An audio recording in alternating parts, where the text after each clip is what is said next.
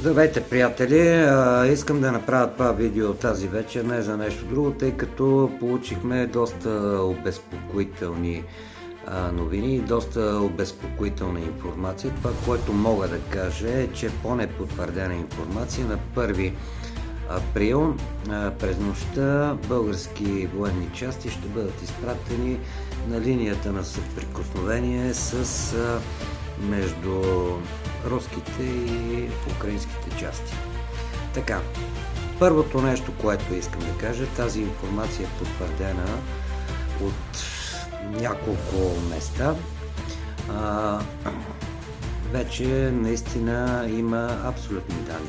Сутринта по Нова телевизия видяхме, че ни подготвят буквално за военни действия и за война, като в прав текст излезна един момък и ни обясняваше как трябва да се подготвиме с пакети за спешни пакети за 72 часа.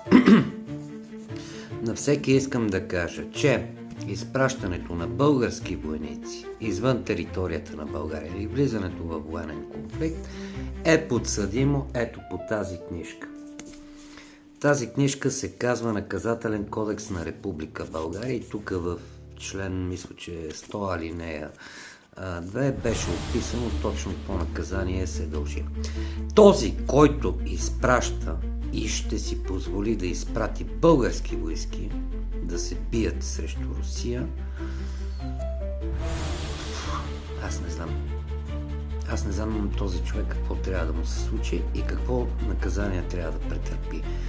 Този човек, който зорлем ще вкара държавата България във военни действия срещу държавата Русия. Срещу държавата, която ни е освободила и срещу държавата, която ни е направила нас държава. Така че, скъпи приятели, ще го поручим това нещо. Още утре започваме действия срещу всеки един, който наистина си позволява да нарушава първото нещо, тази книга, следващото нещо, Конституцията на държавата, в интерес на някакви западни държави, които се чудат по какъв начин да сътворят нещо да се случи и да навредят на собствените си народ.